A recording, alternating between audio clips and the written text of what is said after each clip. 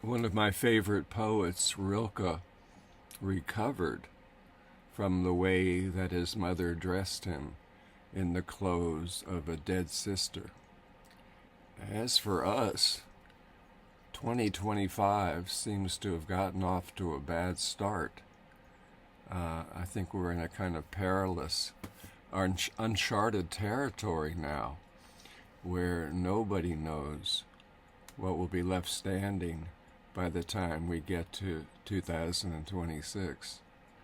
And like many people, I think, I've been feeling often agitated by the kind of chaotic events and forms of leadership that have been happening in our country and the ways that's been impacting the wider geopolitical world.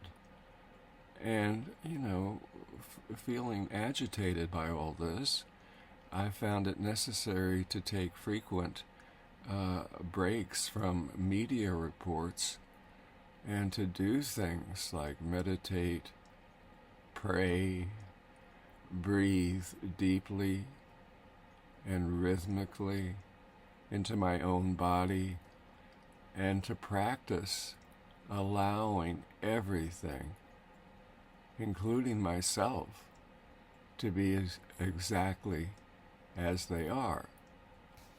For it seems that's a good thing to do in times such as this.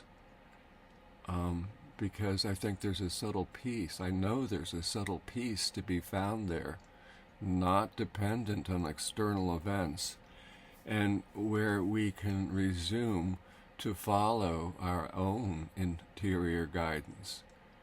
The other day, that somehow led me down into a storage room in my basement, and it had been recently cleaned up, and I discovered some things from the past that I'd forgotten about, and one was a poem that would fit nicely into a poetry collection entitled An Amateur's Guide to the Invisible World. It had sold out, and I've been planning to reissue a revised edition of it, and I discovered a poem down there in the closet, and the poem is entitled The Invisible Stitching, and I'll give it to you now.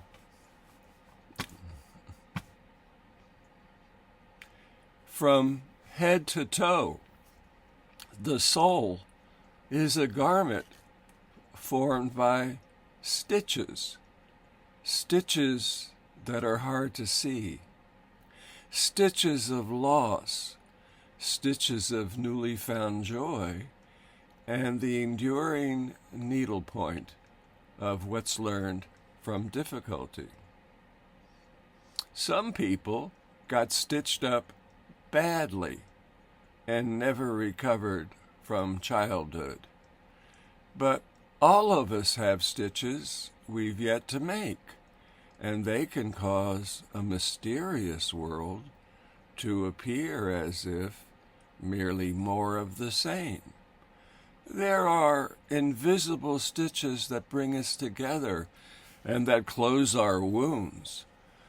Much of what heals us truly is invisible, though much that troubles us is equally hard to see.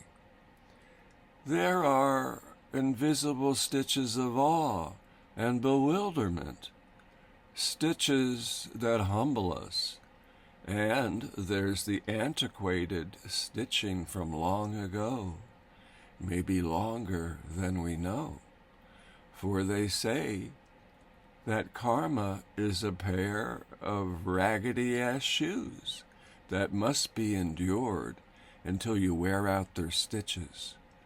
That karmic footwear isn't a good look, but who doesn't still own a pair, partially hidden, gathering dust in the closet?